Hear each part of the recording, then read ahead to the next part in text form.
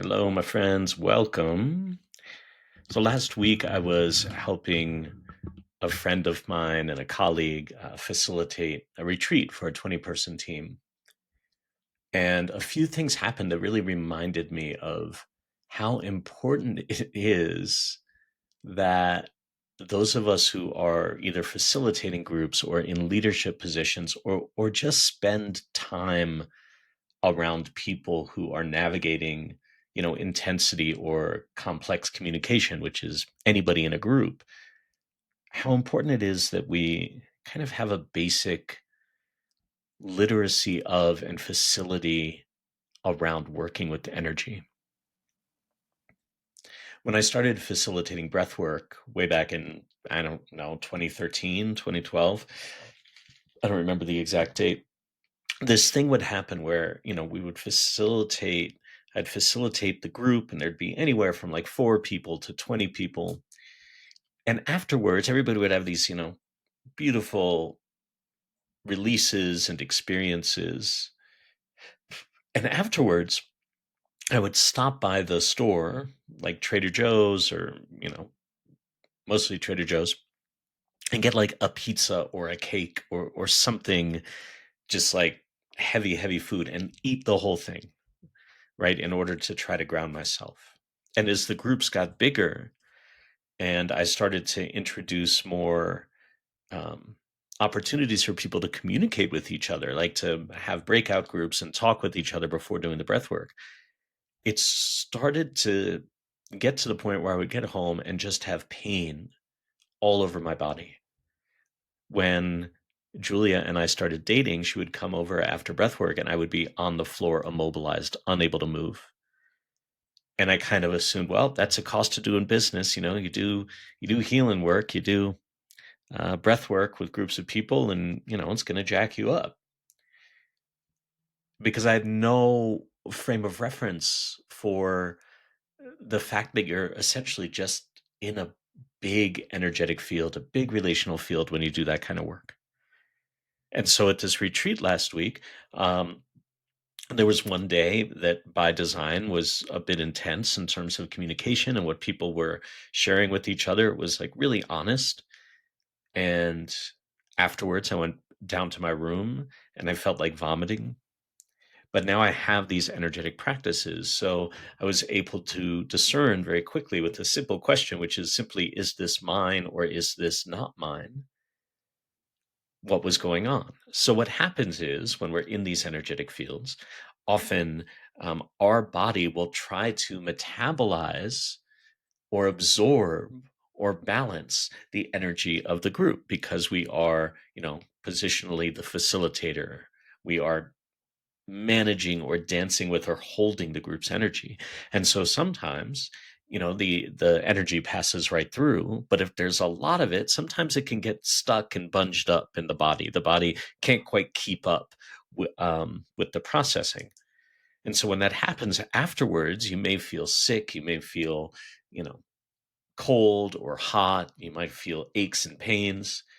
And so, a really powerful question to ask is simply, is this mine or not mine? And what that helps the body do is clarify its own experience of this energy. Because until we do that, the body just assumes almost always that it's its own thing. And what I see people do, from leaders to facilitators, over and over and over again, is they'll have one of these experiences, right? These emotions will come up after a group, or they'll start to feel sick or, get chills, and they'll start to try to own it, right? Oh, here's the story behind this. And they'll kind of go to a psychological place. Well, this is my trauma from event X being activated in some way. But when we introduce that question, is this mine or not mine? Almost always there's a instant intuitive knowing, oh, it's not mine. Well, then if it's not mine, we can give the body permission to release it. And the way that I did that at the retreat was, I used some essential oils. I just did some arm swipes on my body. I did some light somatic shaking, just kind of bouncing on my heels. And then I took a shower. The whole clearing process took about 10 minutes. And then I felt completely renewed. The reason it's important that this kind of just basic energetic hygiene and literacy um, comes into these spaces of facilitation and leadership is so often, and I see this a lot with leaders, particularly in the social impact space, they'll be in these really intense environments and they'll start to experience a lot of stress. They'll start to experience, this category of inflammatory condition that doctors often don't know what to do with. So they'll call it fibromyalgia or they'll put some other label on it. Sometimes, right? I'm not saying that the stress isn't real and that those things aren't real, but sometimes what's contributing to those things is that the body is trying to process energy that doesn't belong to it because we have no frame of reference for understanding that if I'm leading a team, then I am holding a container for that team's experience of the world, an experience of their work, their emotional reality. It doesn't mean I need to know everything that they're doing or everything that they're experiencing, but it does mean that their field and my field are kind of intermingled. And what can happen is the fields get confused, right? My field may start to think that their energy is mine. And it might, if especially if I'm a compassionate leader, and my field, my body, right? My physiological systems may try to process their dysregulation for them. And then I'll get inflamed, I'll experience stress, I'll have emotional outbursts that don't seem to make any sense. So, even having that basic awareness that some of the things that I experience in my body don't actually belong to me, right?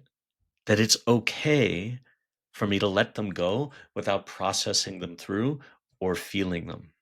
And again, the practice for that is simply to ask, is this mine or not mine? And if it's mine, I have a whole set of practices to do that, right? Meditation, breath work, time in nature, reflection. But if it's not mine, then there's a whole other set of practices that we can access around clearing, around letting go, around letting the earth take things for us and from us, making offerings of it so that we can have greater clarity.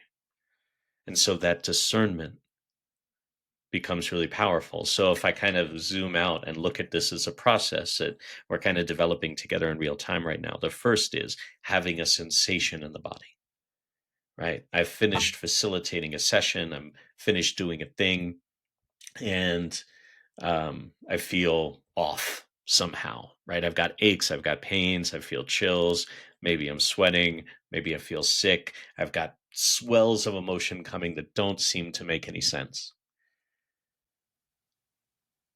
So the first thing to do after recognizing that is to simply ask, is this mine or not mine? Notice the answer, proceed accordingly.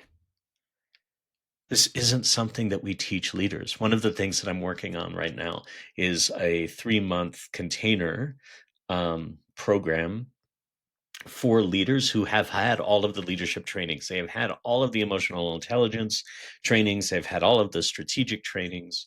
So these are people who I consider to be in or think of as mature leaders, regardless of their age. They could be 25, they could be 75. They've had all of those trainings and probably they have some kind of a spiritual practice, right? Or have gone through um, spiritual processes, whether they have, a traditional guru or a teacher they work with or have worked with plant medicine. And, we've talked about it before on the podcast, but I've had this happen several times in the past few weeks where I'll be talking to a leader and I'll invite them to, one of the new moon or full moon breath works that we do over on Insight Timer. And they'll say, no thanks. I have a spiritual teacher already. And it's so interesting, right? Because in that bifurcation, I'm not a spiritual teacher. I was thought breathwork might be beneficial, but there is this kind of interesting division between, oh, I have my spiritual teacher and then I have my leadership practices. I have my spiritual practice and then I have my strategy. And there's not a bridge between them. And yet, the whole point of spiritual practice is to be applied and useful in the concrete. And so, the idea behind this program that is very much kind of in the early stages of development, I'm hoping to launch it in January 2026, um, is to provide a space for those leaders who have done all of the trainings, who have some degree of, you know, spiritual exploration or consciousness exploration, and yet haven't really found the bridge between them. And what can happen when we don't have that bridge is we experience stress. We start to feel really alone. We start to feel frustrated and maybe think, oh, well, okay, this is just the price of leadership.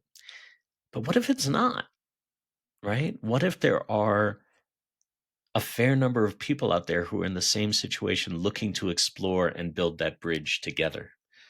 And there's a lot of practices that I've developed over the years. The library is the library is one of them. There are some really wonderful story-based practices that can help folks build that bridge. So, just some observations from the world of energy and vibration and leadership and facilitation, and also recording this as a reminder to myself as I'm going to two really big conferences, one right after the other, um, this week and next week. Just a reminder to myself to be really aware of my energy and my boundaries, and to make sure that I'm keep asking that question: is this mine? Is this not mine? How might I amplify my own energy and give my body permission just to let other people's stuff float on by, right? Or move through. So, as always, thanks for listening. I'm excited to listen back to this when my body's freaking out at some point over the next couple weeks, and I'll see you soon.